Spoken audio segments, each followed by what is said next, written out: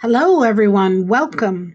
My name is Marie Herman, and I'm the owner of MRH Enterprises LLC. I am so happy to be here today for Executive Secretary Magazine to host this week's Admin Chat training. I have got some real goodies to share with you.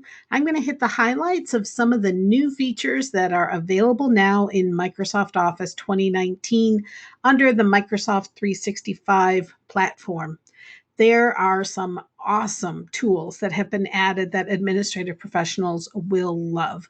So let's go ahead and get started, and I'll show you around a little. I'm going to start with Microsoft PowerPoint. So here I have my big company presentation. We are going to be presenting to a client on all the different features that our company has available to offer. Now, before I can show you the cool new feature, I actually have to show you a cool old feature that's been around for multiple versions of Office, but so many people are not aware of it. So I have to show you that first. So on our home ribbon, we're going to use the section button. And this is going to add sections into our document. Sections in PowerPoint are just invisible dividing lines between slides. That's all they are.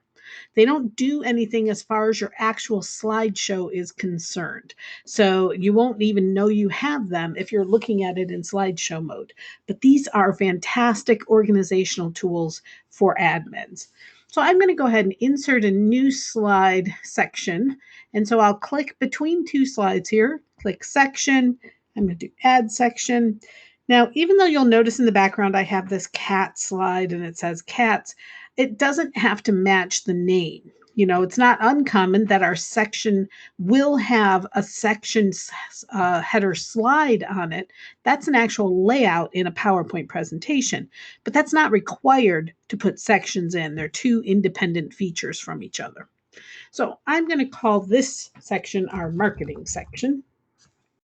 And what I do is if I'm going to be putting together a PowerPoint presentation and I'm getting input from multiple people, I'm supposed to get numbers from accounting and I'm supposed to get our marketing information and I'm supposed to get sales information and I'm supposed to get information from the executives.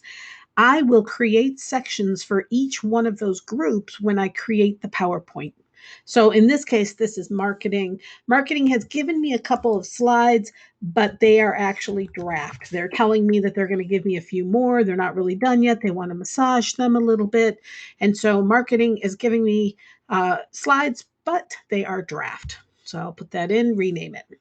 Then I can add in another section, and this section I'm going to add, it's going to be our sales department. And sales is saying that these are final.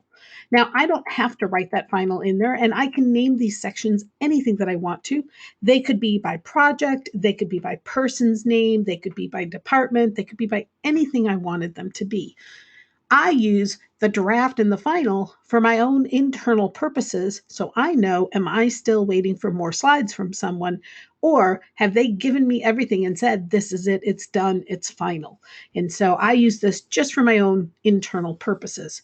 If I share my PowerPoint with anyone, they will see these sections in there on the same thumbnail window that you would see in that navigation pane. So it does travel with the PowerPoint. I'm going to rename that one. I'm going to go down here and I'm going to put in for our specialty items, I'm going to add a new section. This is going to be accounting. And I can put that this is final as well. And I'll go down here and I'm inserting this new section, and these are there's no coincidence. There's no relationship here that I'm saying the fruit section is the executives. And this is also final, rename. So I have my fruit section as well. Now, that's the cool old function. That's been around since Office 2003 at least. And it is extremely useful, and most people don't know it exists. And you might be saying, well, why is that actually useful? What's the deal with actually helping this other than, okay, now I know marketing has more slides to give me, but here's the other thing you can do with it. These little triangles on the side allow you to collapse or expand those slides so that you don't have to see them when you're not working on them. If you want, you can click the section drop down up above, collapse them all at once, or expand them all at once. Very easy to open and close those slides. And as you can imagine, I've only got 20 slides here, but we all know some of our PowerPoint presentations could be 100 slides long. Now, the executives come back and they say, Marie, no. I got to go first. I'm the executive. I'm in charge. I got to be the one, the big opening for this. So I want to move all my slides up to the beginning. I can just click on the executive section, drag it up to the beginning, drop it off, and it will take all those slides with it. So it will move the sections around, including all the slides. I will just caution you, if you right mouse click on any section name, you'll get a menu. You can rename a section anytime. You could remove a section, or there's an option to remove a section and slides. If you remove a section, or you remove all sections, those two options will only remove the invisible dividing lines. They won't do anything else. If you remove section and slides, that does exactly what it sounds like. It deletes the slides as well. So be very, very cautious about remove section and slides. Almost always, I just want to remove the section, not the slides that are in the section, but it depends. I can also move the sections up and down from here. So whatever section is currently highlighted, which in this case you can see is executive because it's red, I can move that section up or down individually instead of clicking and dragging it if I would like to. So I'm going to now expand all. And now I'm going to show you the new feature that is so cool. It's on the insert ribbon and it's under the button called Zoom. And you may not see it as a drop down. You might see it with bigger buttons because my screen is currently at 150%. So my buttons are smaller than they normally would be. With the Zoom slide, and honestly, I wish Microsoft had not named it the Zoom slide because, of course, we already have a Zoom in Office, which is the slide zoom of making it bigger or smaller.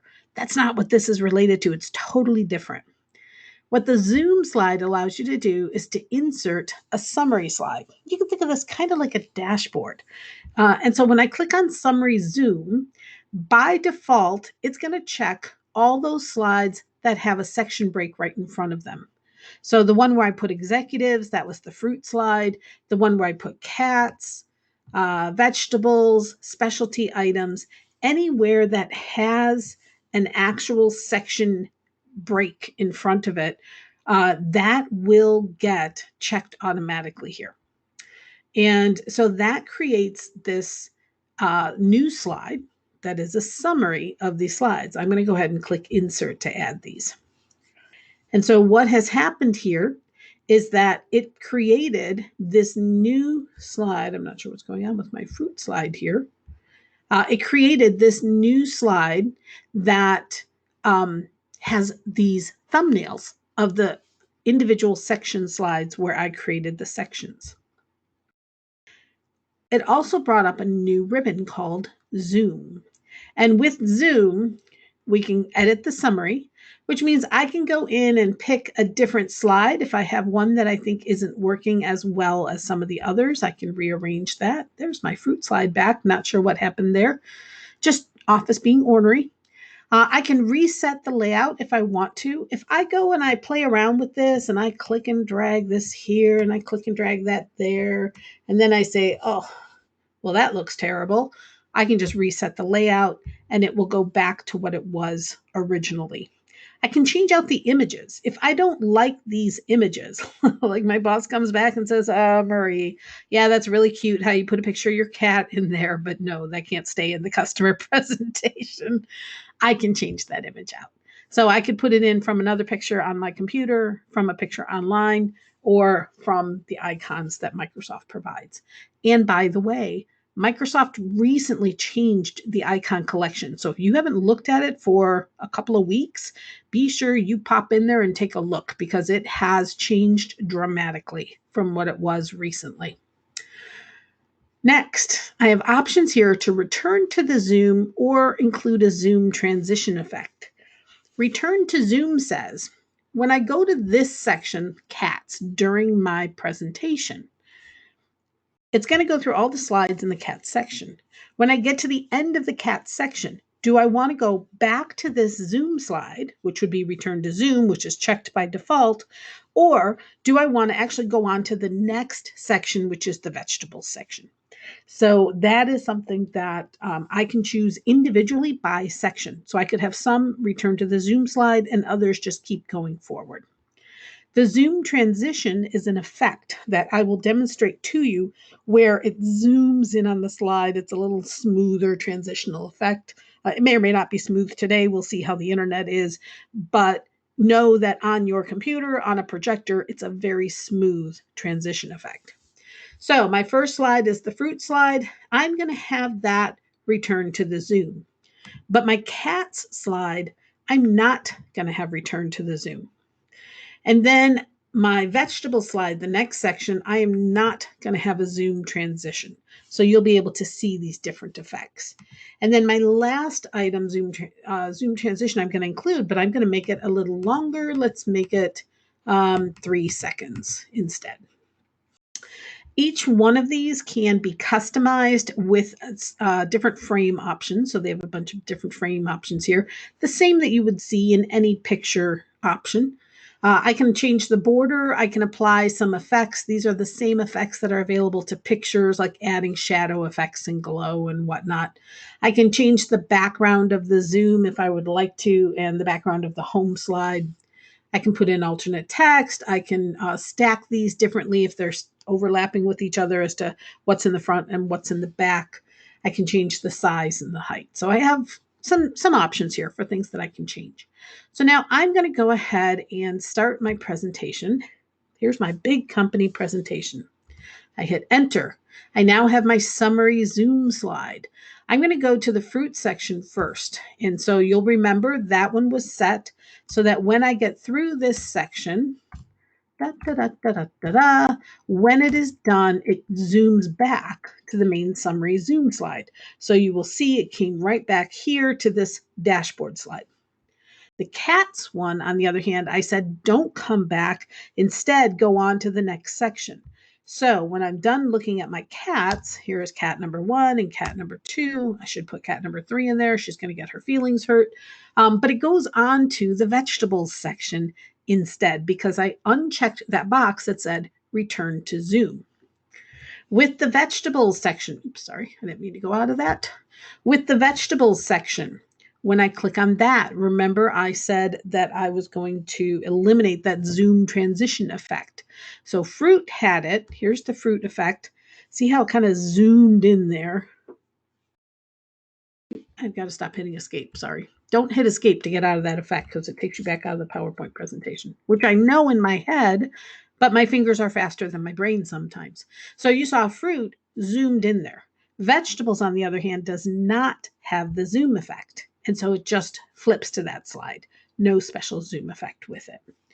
And then with our, press the back arrow. That's what will take you back to the zoom slide. Back arrow. With the specialty items, that's one that I did put in the zoom, but I made it longer. So this will be a 3-second zoom.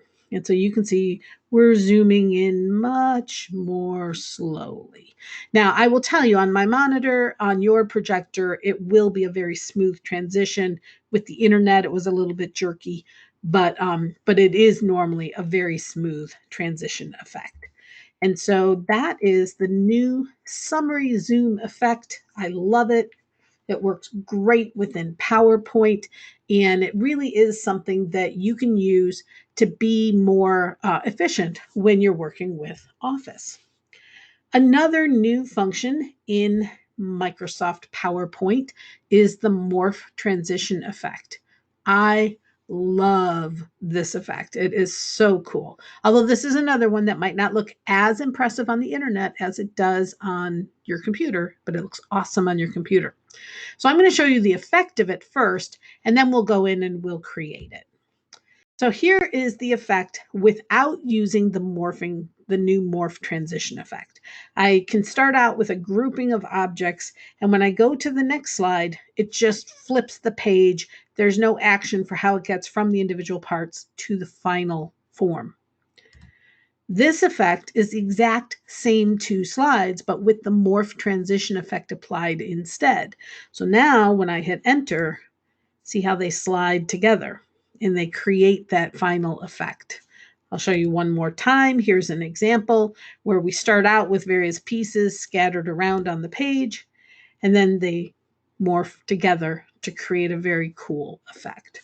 So how do I do that? Well, let's show you. I'm going to insert a new slide, and this is just a regular slide here. On the slide, I'm going to insert an icon. And so you'll remember I said they changed the icon. So if this looks different than you're used to, there is a reason for it. They definitely made some changes to it. All right, and so I'm going to look at, let's do some analytics here. I'll do this one, just a generic slide here. And I'll say insert. This is going to insert this icon onto my slide. I can then resize this. I can click and drag to make this nice and big. And then I want to break it apart and put the pieces back together again as the morph effect.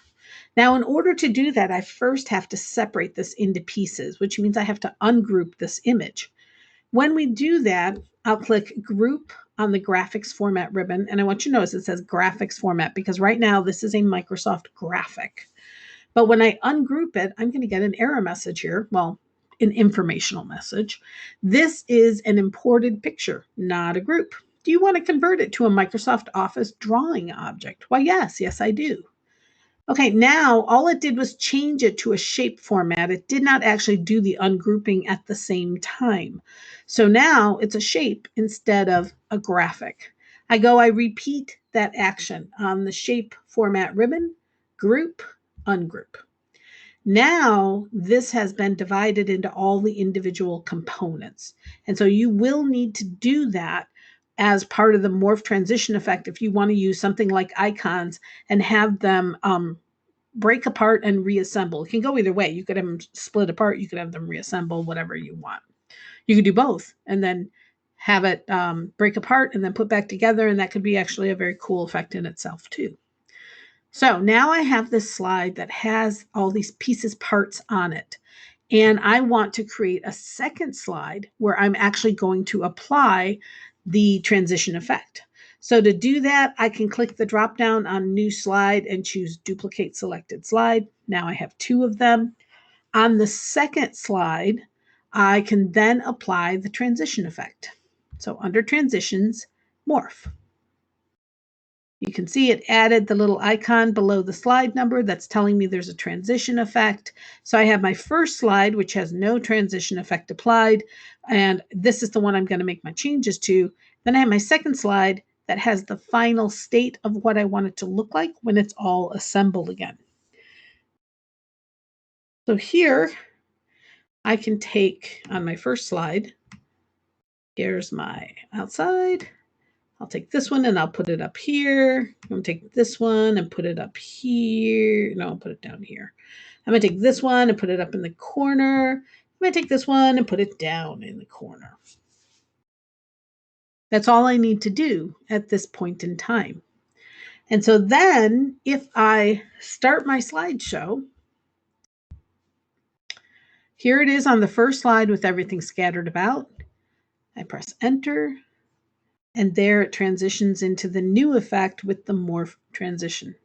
So I love this feature. It's been really fun to play with. There's a lot of different things we can do with it. But basically, it's any object that you can break apart into different pieces, so to speak, make a duplicate slide, apply the morph transition effect to the second slide, go back to the first slide, and split it out in whatever which way you want to. Very, very fun to play with. So that is the new morph transition effect that is available in PowerPoint. Very cool to work with. The last thing in PowerPoint that I want to show you is on the, if you go into your customize the ribbon options. So on top of any ribbon, just right mouse click and choose customize the ribbon. And on the list on the right-hand side of all the ribbons, there's a new one. It's called recording. Click OK. And that opens up the new recording ribbon, which gives you options, some of which are available in other places within PowerPoint, but they're getting consolidated onto the recording ribbon. And this is one that I expect to grow in the future. Microsoft had a function available as a third-party add-in, or Microsoft add-in previously, called Mix. And that's been discontinued, but the rumors out there say that Microsoft is probably going to incorporate some of the mix options into this recording ribbon in the future. So watch for this to increase in the future. This lets you record a slideshow, either from the current slide or from the beginning of your presentation. It lets you put in screenshots into your presentation. It lets you record what's happening on the screen, so you can set up a screen recording and then have it autoplay. It lets you add in video into this presentation or make an audio recording for this presentation as well. It lets you then save this presentation as a show and export it to a video that you can share with other people. So very cool new functionality within PowerPoint, and it's less about adding new functionality as it is consolidating the existing functionality into one simple to use toolbar. So that's the last thing I want to show you that's available in PowerPoint, new with Office 2019, definitely something that is worth exploring. Now I'm going to pop over to Microsoft Excel, and I want to show you a couple of the new functions and one or two of the new charts that have been added with Microsoft Excel. So the first thing is that Microsoft has added one of my favorite new formulas functions called IFS, IFS. And IFS is phenomenal, phenomenal, phenomenal, phenomenal. It takes what was previously a very complicated process of creating nested if formulas, and it puts them all into one simple, easy to use function wizard. And I love it. So here's an example. I have just a very simple little table here of student names, the score that they got on a class that they took, and then I want the formula to calculate what their grade is going to be. So previously, if I were writing this, I had to write a very complicated formula.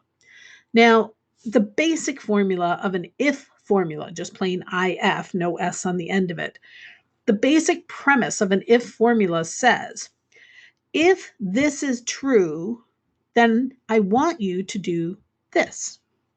And if what I said first is not true, then I want you to do something else. That's the very basics of what an if formula does.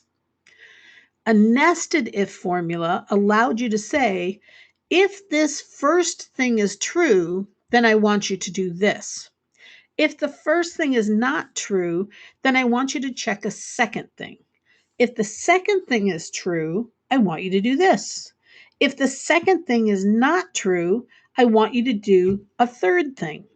If the third thing is true, I want you to do this. If the third thing is not true, I want you to go on to number 4. And you would keep going through and doing that, nesting a formula inside of a formula over and over again, up to 27 times, until you got to the end. And at the end, it was always, okay, if none of the above is true, then do this. And so you would use that to create these formulas. So that's what we're going to do now, but we're going to do it the easy way with the fantastic new if-s function. So I've clicked in my cell where I want to apply this function, which is cell C2. I click on the FX function wizard. Mine is showing because I've used it recently, but if yours is not, all you need to do is type in the top and you can do a search of if-s and go. And so that will bring up all the if-s formulas. And you'll notice there are several because Excel has added all of these to the Excel 2019 functionality. So what I'm going to show you with the if-s function will actually also work in the same way with the others, but it will just be average these numbers, count these numbers, find the maximum, find the minimum, or do a sum if multiple conditions are met. That's what this is all coming down to. So I'm just going to do the if-s function. I'll say okay. So the first thing is, what is the logical test that you want me to look for? And so the logical test is any value or expression that can be evaluated to true or false. What I want to know is the score next to me, is that equal to 100? And if it is, I want you to say amazing, A plus, amazing, perfect score. If it's not 100, then I want you to run a second test. And I want to know, is this cell B2? And I can type this. I don't have to click on the cell. I can type B2. Is it greater than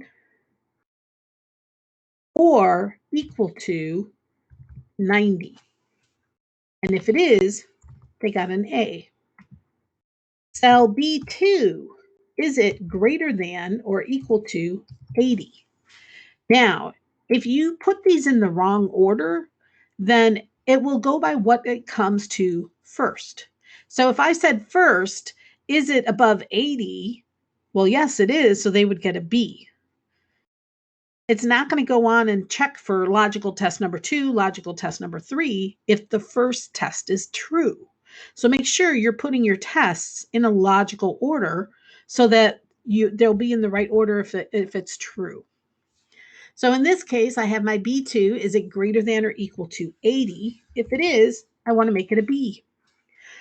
Now, there are a little scroll over here. You could scroll down and do up to 127 different tests. That's a lot of tests, 127 different tests that you could run. Now, to get down to the next one, I can just press Tab. And so it'll keep going down through these fields. Is B2 greater than or equal to 70? Tab, that's going to be a score of C. Is B2 greater than or equal to 60? That's going to be a score of D. Is B2 less than or equal to 59? This is my last logical test. If it's less than 59, then I want you to say fail. Fail. You will have to repeat this course. So I can put these things in, and actually what I would normally do is I wouldn't have those in the same field. I would have the grade of F, fail, and then I would have a second column for notes where I would put the things like, you will have to repeat this course, or the perfect score, amazing. So I would normally split those out, but I don't have to. I can have them in the same field, or I could create 2 different formulas in 2 different fields. So now I can say, okay, and here's my score, A. I can copy this formula down by moving my cursor over the bottom right corner fill handle of the cell and double clicking. And that's going to put in all my cells all the way down. I can spread this out a little bit, make it wider. Maybe I'll wrap this one. If this one were a 100, then they get A plus, amazing, perfect score. If this one changed from a 79 to an 80, then their score went from a C to a B. If I wanted to add additional levels and I wanted an A plus, an A, and an A minus, and then a B plus, a B, and a B minus, all of those would just be different logical true tests. I would just keep repeating what I was doing with B2 is greater than or equal to, and I would make it smaller increments. So if that was they would get an A if it was between 92 and 98, and they would get an A plus if it was 99 or 100. And if it was 90 to 92, they would get an A minus. So I could literally just type in the numbers to spread out those grades.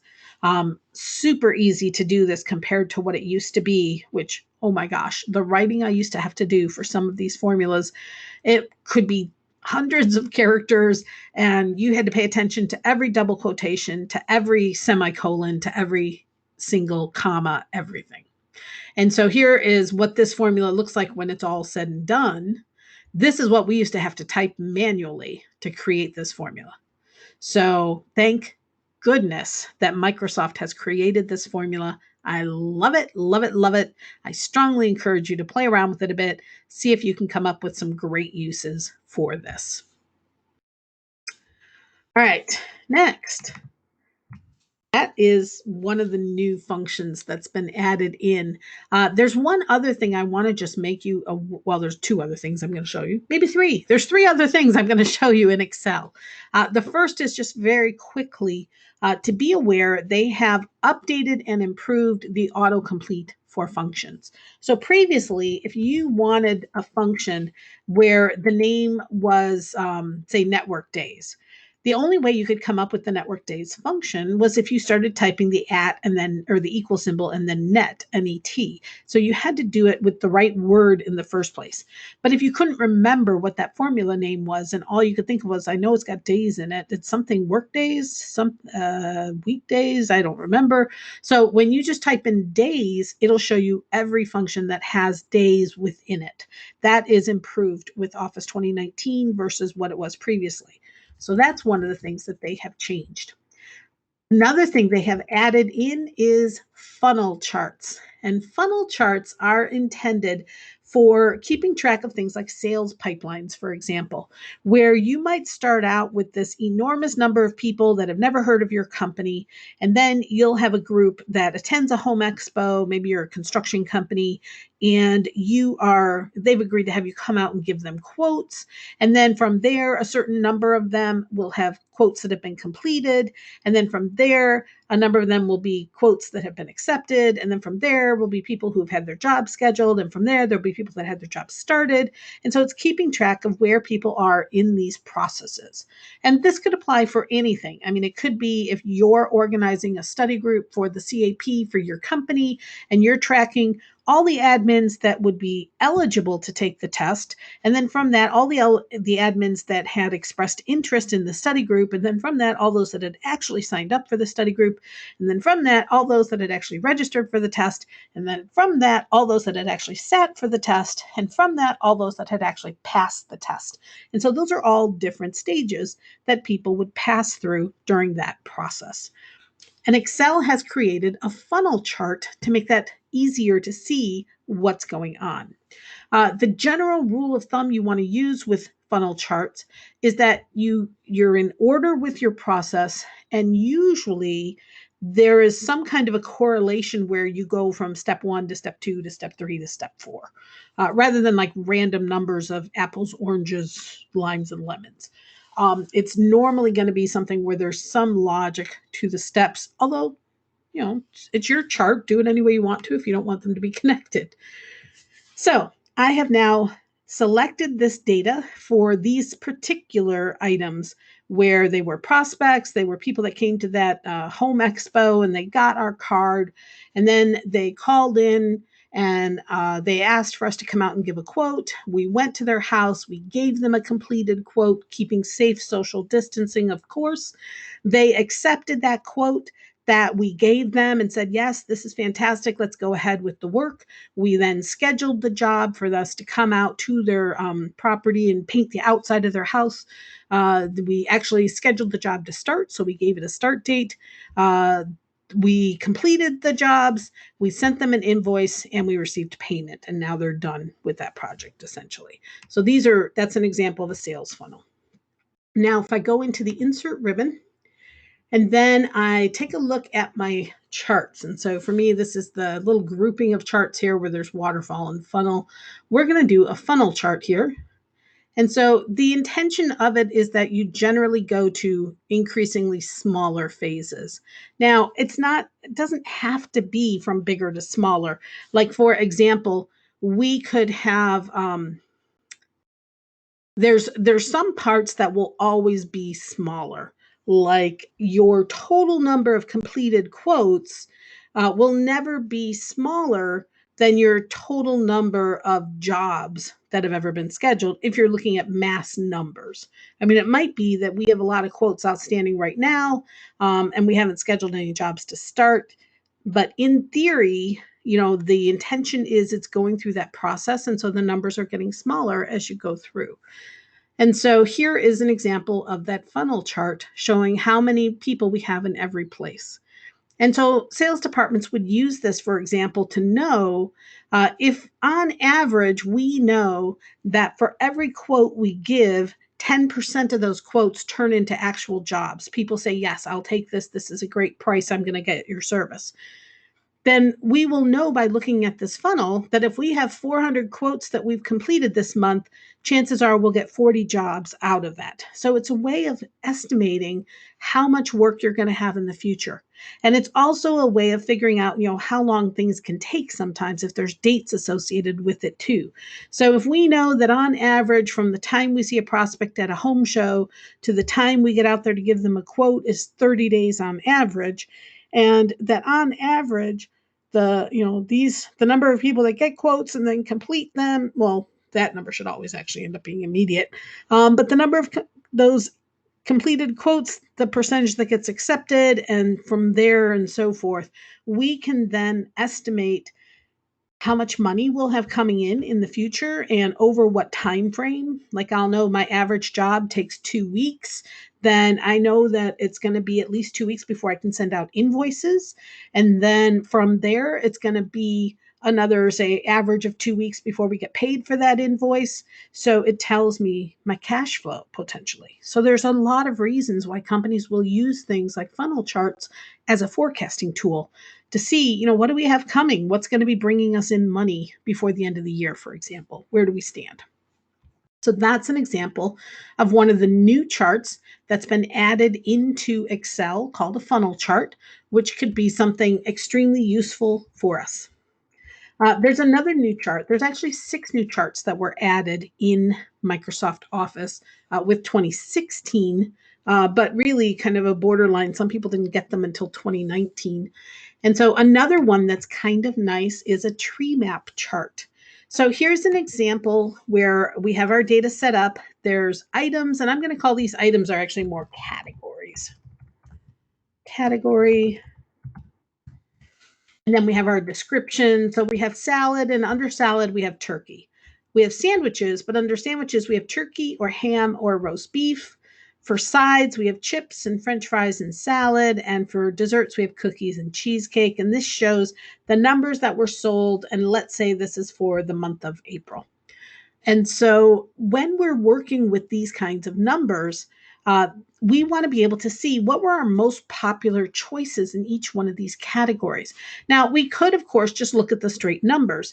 But when you start getting a list as long as this, it's really kind of hard to visualize what is the big order versus what is, less popular. How did it break out?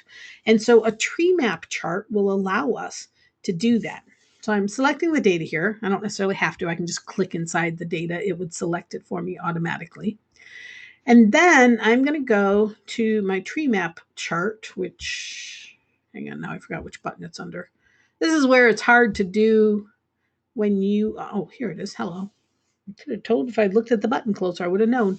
This is hard when you're used to working full screen, and I switched to that 150% I mentioned earlier so you guys can see more. It means my buttons go away with all their names on them, so I have to remember which one is which. So here is the tree map, and the tree map shows us the categories.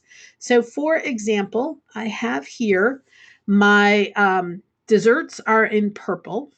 I have my sandwiches, which are the burgundy-ish color, brick color. I have my sides, which are green, and then I have my salad, which is blue. And so this shows me the makeup of the 100% of orders and how do things divide out. So here is the 100% of all the food is all the colors together. The purple is the 100% of the dessert orders. And then between cheesecake and cookies, you can see how cheesecake slightly outsells the cookies. It's not a huge percentage difference, but you can see it there. And so with all of these, it gives you an idea of how things break out. And so you can barely see salad at all here. It's this tiny little sliver here. And so it just gives you a visual representation of how these categories get distributed And it's just a nice way to look at the information with fresh eyes. So that is the new tree map chart that has been added into Microsoft Excel. As I said, there are 6 new charts, so I would strongly encourage you to go and play with those a little bit, check out what they do, see why they're useful. There's some really interesting stuff that's come in with Microsoft Excel. Now, I don't really have anything new to show you in Microsoft Word, and that's because the new functions that have been added to Word have been added across Office, or the only one that I came across that is unique to Word is latex equations. And I don't think too many of us are doing mathematical equations. So if you are, be aware you can now write them using latex formulas rather or functionality rather than some of the other options that were previously available. But that's not my area of expertise. Is definitely going into like statistics and science and engineering and math. And so that's really the only function I came across in Word that was stand out as only being offered in Word. Some of the other functions that have been added into Office 2019 are available across all the programs. And that includes things like some of the new inserting features, the ink features that you'll find, like with the ink to shape, ink to math options, for example. And also 3D models are something that have been added relatively recently within Microsoft Office. You'll find those, for instance, in PowerPoint. We could add them.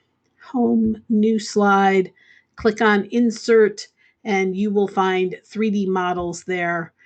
These are just something that's kind of fun, but I'm kind of torn as to how useful they are, to be honest. So, for example, here is a cute little parrot I can insert.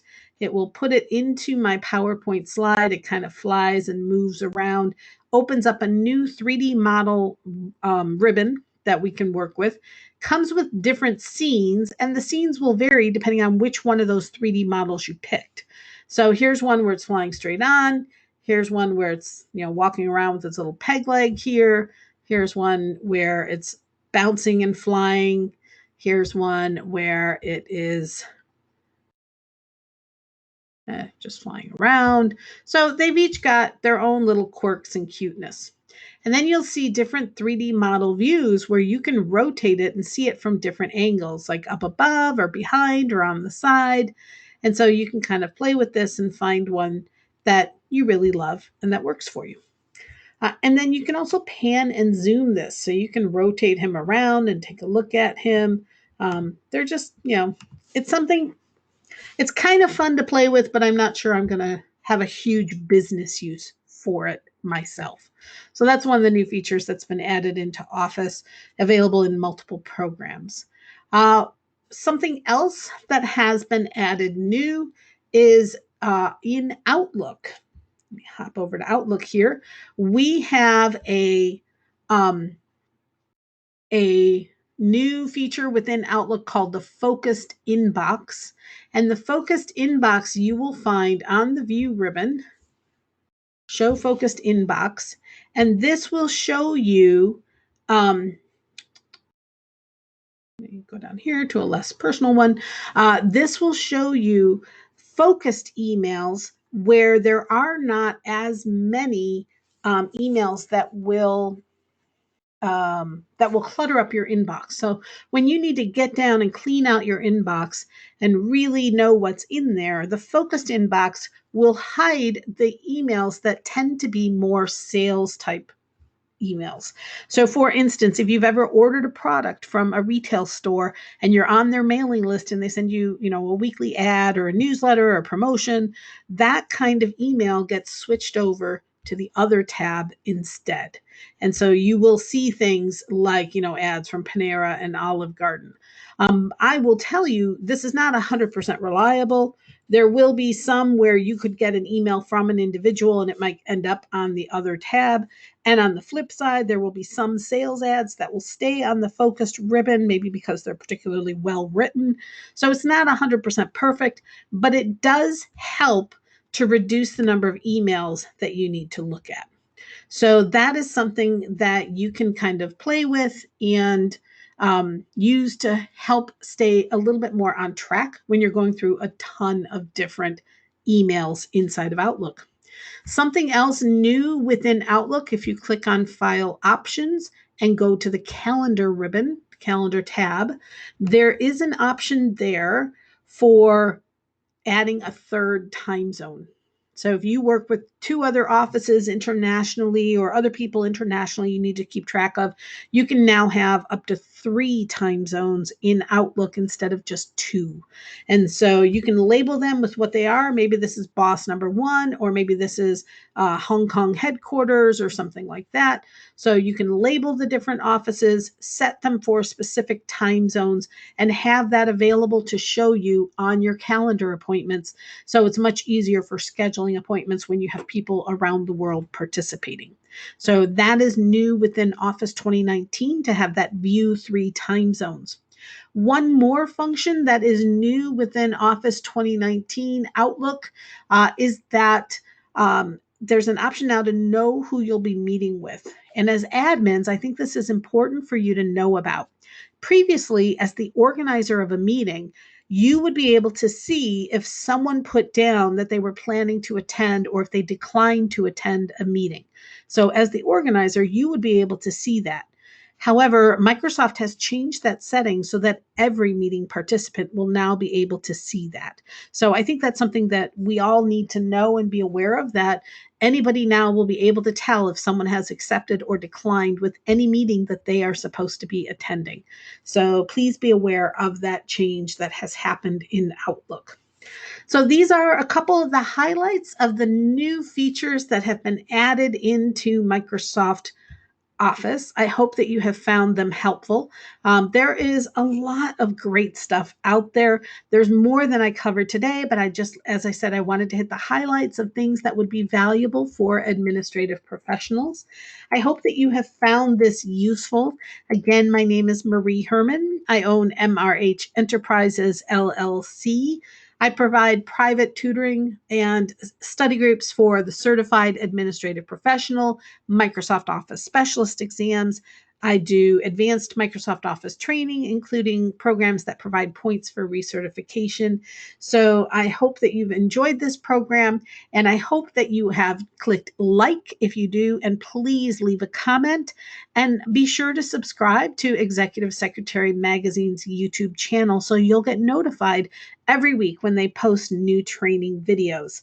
Thanks for joining me for this presentation.